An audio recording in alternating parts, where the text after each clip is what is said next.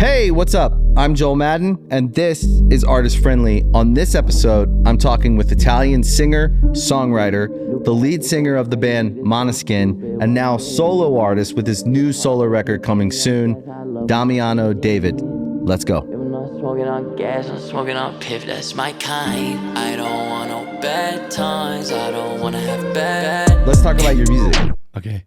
You dropped two songs, Born with a Broken Heart and Silver Lines, and you have more coming. Yeah. And then an album's coming? Yeah. Okay. When's the album coming? 25. Right. Somewhere in 25. Yeah. I feel that. Like somewhere in 25, when I feel like it's done, it'll be done. And when we're ready to drop it, we'll drop it. These things write themselves. Yeah. But the record is done, but okay. I want to give it time to come to life. Right. I think dropping songs the way you're doing it is the best way. That's how I want to do it. We made a record, and I keep telling everyone, we should just put one song at a time.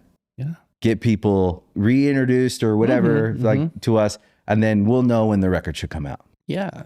That's good. It's Just organic. Get people excited. Like show that you have something coming before you drop it. Yeah. How do you feel? I feel good. That's nice. It's a good experience. Once you make something and then you're holding it, it's like a relief to get it out. Mm-hmm. Yeah, definitely. Of the two songs you put out, is there one that you like the most or the most excited about? I like both for different reasons. I think Born with a Broken Heart, it's closer to than what the rest of the record is going to be. So it's more my sound, I would say. But that doesn't mean that Silver Lines is not my sound. It's just I'm more driven in that direction right now. Right.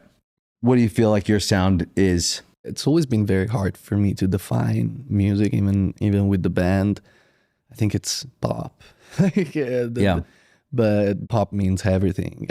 I would say it's like piano-driven pop, a little dramatic.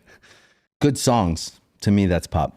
That's what I try to do. I think in rock, we can hide certain things. If we turn it up, we can hide a bad chorus with guitar riffs or whatever. Like in rock, we can certainly get away with things that if you really stripped everything away and got a piano and sung a song, it might not translate always.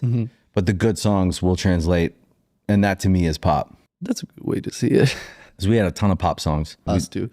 I would always say, like, if we can't play this on a piano, it's not a real song. I agree. I agree with that. You know, if you can't walk in and hear someone else playing it and know what song that is, then it's not a great song. Yeah, if it doesn't sound good in acoustic. Yeah. I agree. Definitely. And I was always chasing the songs more than the look, the sound. I was chasing like should always be like that. Yeah. I think also the sound, it's a little an overrated concept. Yeah. Because it's like, yes, makes you recognizable, but it's like also a cage on the long run. I think the sound means nothing. Because I like in the same way, I don't know, The Killers and Bruno Mars. In the same way. I couldn't say like one is better than the other. Yeah. My sound means that I can only do one of the two things. No, I think that like variety and adaptability are two of the most important skills in an artist's bag. So it's like, let's do whatever the fuck we want and have fun with music. I think it's a big game, and yes, we have to take it seriously, but sometimes it's also good to fun. Not take yourself too seriously, not think of yourself as a messiah or the biggest singer ever, and just have fun with it. Yeah. It's just music. We're not saving anyone, but maybe we're saving somebody's life, but not like directly, We can fuck up. It's not bad.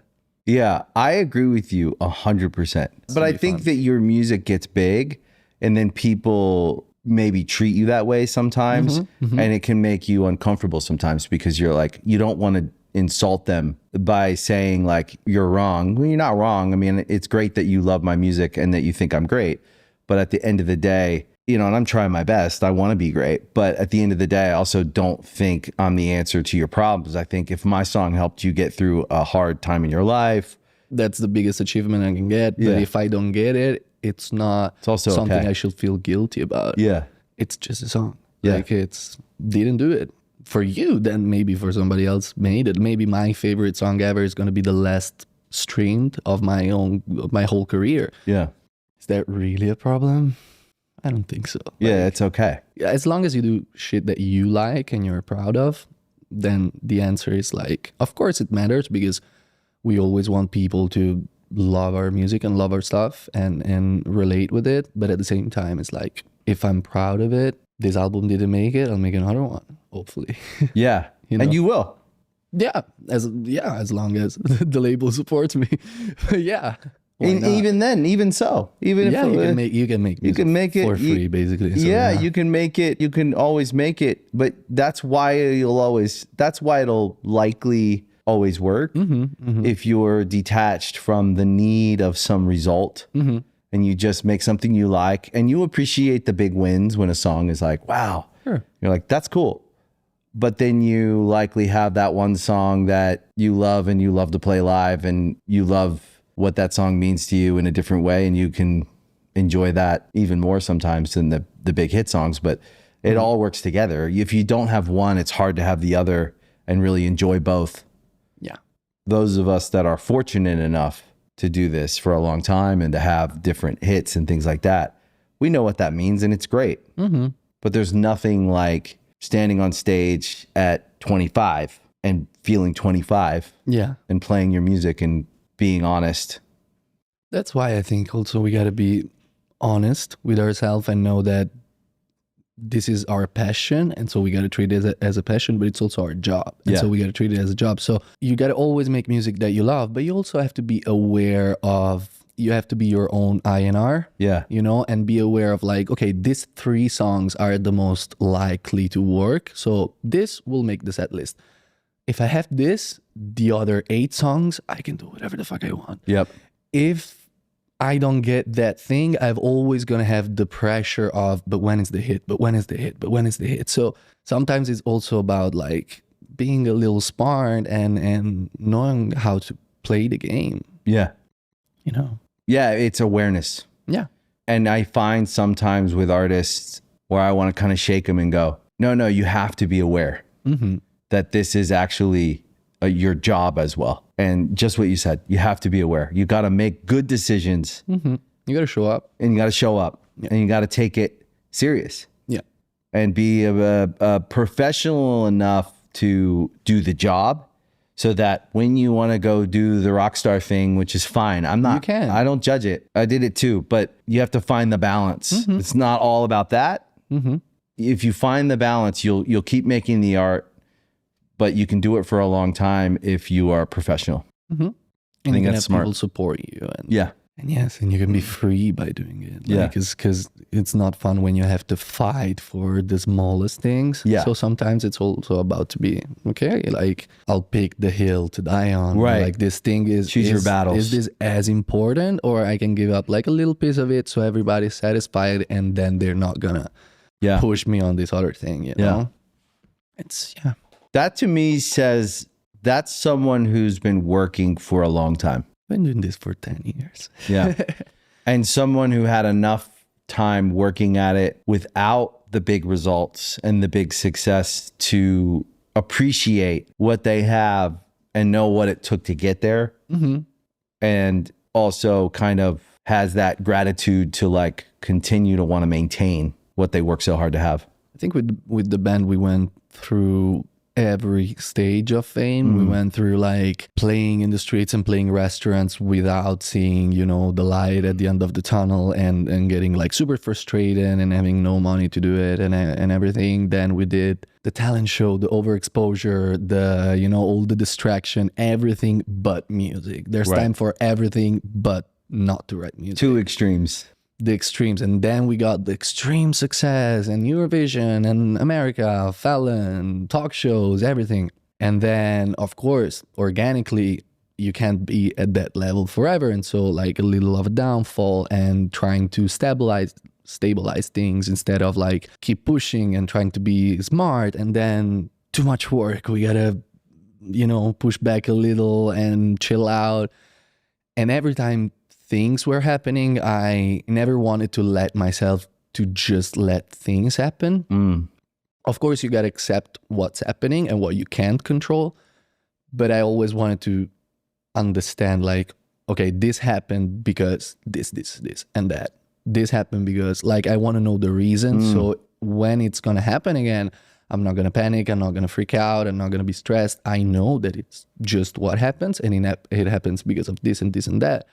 And if I want to avoid it, this is what I can control. Yeah. So I might do these things and then I still don't know the outcome. But it's important to learn from the different phases of your career, because it's also, I think it's insane to think that once you had a number one hit, you're going to stay there for the rest of your days. I think it's crazy also to want it. Yeah. So, you know, It can drive you mad.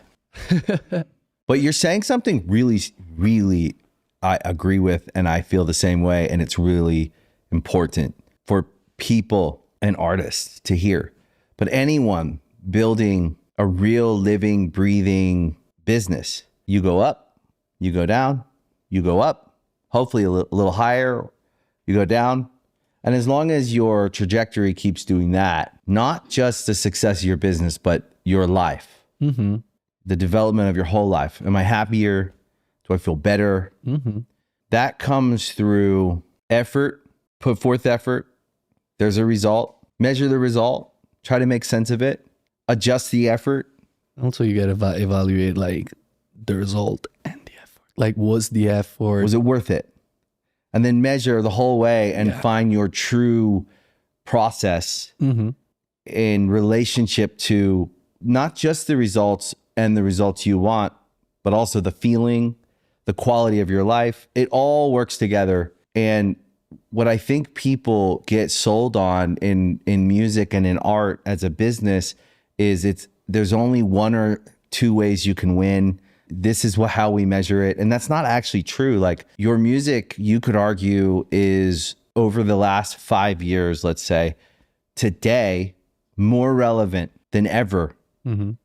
Even if the song that was the first hit you ever had, wherever it landed on the chart, doesn't matter. It's about it living and breathing in the world over time, and people building relationships with it, with their life, with the moments of their life. So a song that you had, that maybe your first big hit, could be more relevant today because more people have related to it in certain moments of their life, whether it was a happy moment, a sad moment, and collectively it permeates out through the culture. And that's the whole point of putting the art out and letting it live. And whether in the first rendition of the first phase of its living in the world, it was a big hit song, it's going to continue to change. And over time, I'm seeing it with our band. We're doing shows, the biggest shows we've ever done, because the music has had 2 decades, 3 decades to live and breathe. and also because like the people who listen to it, if it's very important, music, it's heritage. Like, I don't know, a fan of mine that now is 17, if they really like the song, when they're going to have kids, they're going to pass the music to the kids. It's like, it's really, it's culture, it's heritage. We're going to pass it if it's really important. That's why I think chasing the number one spot, it's very dangerous and toxic. I think the best result that you can have, it's more weeks in like the top 50. Yeah, I agree. It's like consistency. It's like having a song out every 3 months, having an album out every 2.5 years, having shows, solding out your shows instead of doing arenas and doing 3 arenas because you have to do the event. Do 20 clubs and sold it out. Make Play, it special, make it real. Go in front of people. Do it. Do the job. Show up. That's what really matters, because that stays. I agree. And sitting with you, I get it even more now. As long as you express yourself, I'm good. and you show up, like you did today, just being yourself. I walked up on that scene and I was like, this motherfucker, look at him. That to me is it. Yeah. Show up. If you can't do that, if you overdo it and you can't sustain it, you can no longer show up as you. So you have to find that balance of like giving as much as you can, showing up and knowing when to pull back, and then know when to make your solo record, because I got to express myself, and then know when to go back and do a record with the band, because people want to see us. And as long as everybody is expressing themselves and understanding the greater long-term legacy of our music is this, if you go out in the world and you being yourself, there are going to be new fans that come and go into your world and start to discover your world.